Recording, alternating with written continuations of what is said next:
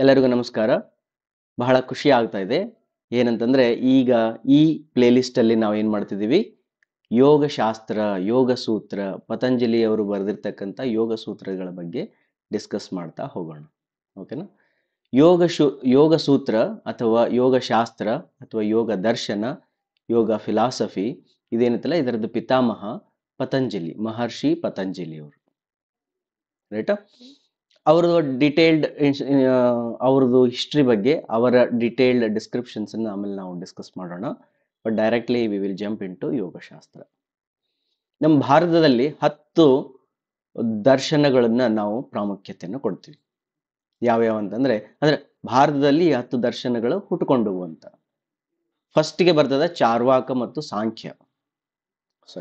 ಚಾರ್ವಾಕ ಮತ್ತು ಆಜೀವಿಕ ಫಿಲಾಸಫಿಗಳು. ಚಾರ್ವಾಕ ಮತ್ತು ಆಜೀವಿಕ ಫಿಲಾಸಫಿಗಳು ವೇದಗಳು ಹುಟ್ಟೋದಕ್ಕಿಂತ ಮುಂಚೆ ಇದ್ವು ಅಂತ ಹೇಳಲಾಗ್ತದ. ನಾನು ಅವುಗಳ ಬಗ್ಗೆ ಡೀಟೇಲ್ಡ್ ಆಗಿ ಈ ಪ್ಲೇಲಿಸ್ಟ್ ಅಲ್ಲಿ ಎಕ್ಸ್ಪ್ಲೇನ್ ಮಾಡಲ್ಲ, ಅದಕ್ಕೋಸ್ಕರ ಇನ್ನೊಂದು ಪ್ಲೇಲಿಸ್ಟ್ ಅನ್ನ ಮಾಡ್ಕೊಳ್ಳೋಣ ಆಮೇಲೆ. ಇದಾದ್ಮೇಲೆ ಭಾರತದಲ್ಲಿ ಮತ್ತು ಭಾರತೀಯರಿಗೋಸ್ಕರ ವೇದಗಳಿಗೆ ಪ್ರಾಮುಖ್ಯತೆಯನ್ನು ಕೊಡ್ತಾ 6 ಫಿಲಾಸಫಿಗಳು ಬರ್ತವೆ. ಒಂದು ನ್ಯಾಯ ಫಿಲಾಸಫಿ, ವೈಶೇಷಿಕ ಫಿಲಾಸಫಿ, ವೈಶೇಷಿಕ ದರ್ಶನ, ಸಾಂಖ್ಯ ದರ್ಶನ, ಯೋಗ ದರ್ಶನ, ಪೂರ್ವ ಮೀಮಾಂಸ ಮತ್ತು ಉತ್ತರ ಮೀಮಾಂಸ. ಈ ಟೈಪ್ 6 ದರ್ಶನಗಳು ಬರ್ತವೆ. ಈ 6 ದರ್ಶನಗಳಲ್ಲಿ ಯೋಗ ದರ್ಶನನು ಕೂಡ ಒಂದು ಫಿಲಾಸಫಿ. ಎಷ್ಟದು? 6 + 2 8 ಅದು. ಇದಾದ್ಮೇಲೆ ಇನ್ನೆರಡು ಫಿಲಾಸಫಿಗಳನ್ನ ಪ್ರಾಮುಖ್ಯತೆ ಕೊಡಲಾಗ್ತದ. ಬುದ್ಧ ಫಿಲಾಸಫಿ ಮತ್ತು ಜೈನ್ ಫಿಲಾಸಫಿ ಎರಡನ್ನೂ ಕೂಡ ಅತ್ಯಂತ ಪ್ರಾಮುಖ್ಯತೆಯಿಂದ ನೋಡಲಾಗ್ತದೆ. ಟೋಟಲ್ 10 ಫಿಲಾಸಫಿಗಳು. 10 ಫಿಲಾಸಫಿಗಳಂದ್ರೆ ಏನಂದ್ರೆ, ಈ ಜಗತ್ತನ್ನ ನೋಡುವ ದೃಷ್ಟಿಕೋನಗಳು.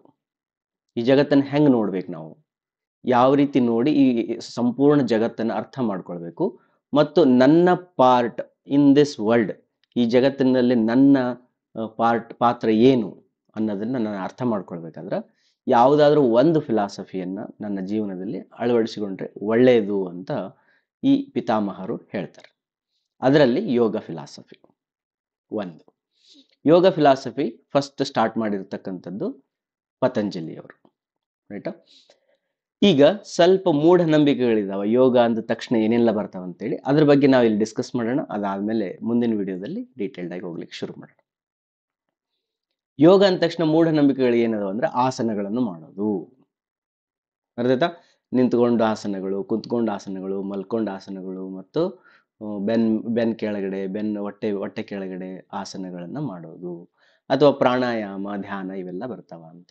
ಓಕೆ, ಇದಿಷ್ಟೇ ಅಲ್ಲ, ಜೀವನದ ಒಂದು ಪಾಠ, ಜೀವನ ಶೈಲಿ ಕೂಡ ಈ ಯೋಗ ಫಿಲಾಸಫಿಯಲ್ಲಿ ಇರ್ತದೆ. ಬರೀ ಆಸನಗಳಂತ ಅಷ್ಟೇ ಅಲ್ಲ. ಯೋಗ ಮಾಡಣ್ರಿ ಅಂದ ತಕ್ಷಣ ಬರೀ ಯೋಗ ಅಷ್ಟಲ್ಲ. ಬೆಳಗ್ಗೆಯಿಂದ ಹಿಡ್ಕೊಂಡು ಸಾಯಂಕಾಲ ಮಲಗುವವರೆಗೂ ಕೂಡ, ಮಲಗಿದ ಮೇಲೂ ಕೂಡ, ಪ್ರತಿ ಕ್ಷಣ ಪ್ರತಿ ಸೆಕೆಂಡ್ಗೂ ಕೂಡ ನಾವು ಈ ಡಿಸಿಪ್ಲಿನ್, ಈ ಯೋಗ ಡಿಸಿಪ್ಲಿನ್ ಅನ್ನ ನಮ್ಮ ಜೀವನದಲ್ಲಿ ಅಳವಡಿಸಿಕೊಳ್ಬಹುದು. ಇದು ಏನಂದ್ರೆ ಬದುಕುವ ಒಂದು ದಾರಿ, ಕೇವಲ ಆಸನಗಳಷ್ಟೇ ಅಲ್ಲ. ಓಕೆನಾ? ಒಂದು. ಎರಡನೇದು ವೆರಿ ಇಂಪಾರ್ಟೆಂಟ್ ನಿಮ್ಗೆ ಹೇಳ್ತೀನಿ. ನಾನ್ ರೆಫರ್ ಮಾಡ್ತಕ್ಕಂಥ ಪತಂಜಲಿ ಯೋಗ ಸೂತ್ರಗಳು, ಒಂದು ಸ್ವಾಮಿ ವಿವೇಕಾನಂದ ಅವರು ಬರೆದಿದ್ದು, ಎರಡನೇದ್ದು ಶ್ರೀ ರವಿಶಂಕರ್ ಗುರುಜಿ ಅವರು ಬರೆದಿದ್ದು ಪತಂಜಲಿ ಯೋಗ ಸೂತ್ರಗಳು. ಅದಾದ್ಮೇಲೆ ಕೆಲವು ಇಂಟರ್ನೆಟ್ ಅಲ್ಲಿ ಕೆಲವು ಬೇರೆ ಬೇರೆ ಟೆಕ್ಸ್ಟ್ಗಳನ್ನು ರೆಫರ್ ಮಾಡ್ಕೊಂಡಿದ್ದೀನಿ, ಅವುಗಳನ್ನು ಅಳವಡಿಸಿಕೊಂಡಿದ್ದೀನಿ. ಟೋಟಲ್ 195 ಅಥವಾ 196, ಜಸ್ಟ್ ಒನ್ ಶ್ಲೋಕದ ಸ್ವಲ್ಪ ಡಿಫರೆನ್ಸ್ ಅದ. Let us consider 196 ಸೂತ್ರಗಳಿದಾವೆ, ಲೈನ್ಸ್ಗಳಿದಾವೆ. ಇಷ್ಟೇ. ಯೋಗ ಫಿಲಾಸಫಿ ಅಂದ್ರೆ 196 ಲೈನ್ಗಳಿರ್ತವೆ. ಅವುಗಳನ್ನ ಒಂದೊಂದನ್ನ ಅರ್ಥ ಮಾಡಿಕೊಂಡು ಜೀವನದಲ್ಲಿ ಅಳವಡಿಸಿಕೊಳ್ಳೋದು.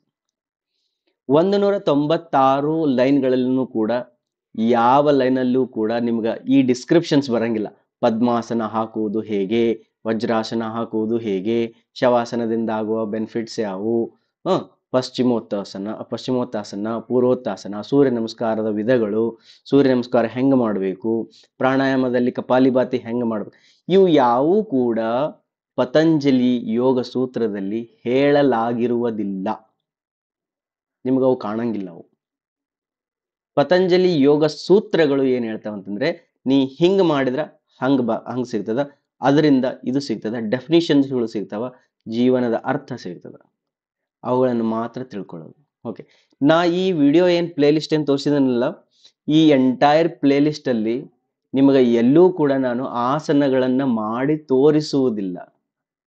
ಪತಂಜಲಿಯವರೇ ಬರೆದಿರ್ತಕ್ಕಂಥ 196 ಸೂತ್ರಗಳನ್ನು ಎಕ್ಸ್ಪ್ಲೇನ್ ಮಾಡ್ತೀನಿ, ಬಟ್ ಎಲ್ಲೂ ಕೂಡ ಇದೇ ಶ್ರೇಷ್ಠ ಆಸನ, ಇದೇ ಅದರದ್ದು ಪಾಶ್ಚರ್, ಹಿಂಗೇ ಪ್ರಾಣಾಯಾಮ ಮಾಡಬೇಕು, ಹಿಂಗೇ ಇರಬೇಕು ಅಂತ ಎಲ್ಲೂ ಹೇಳಂಗಿಲ್ಲ ಅವರು.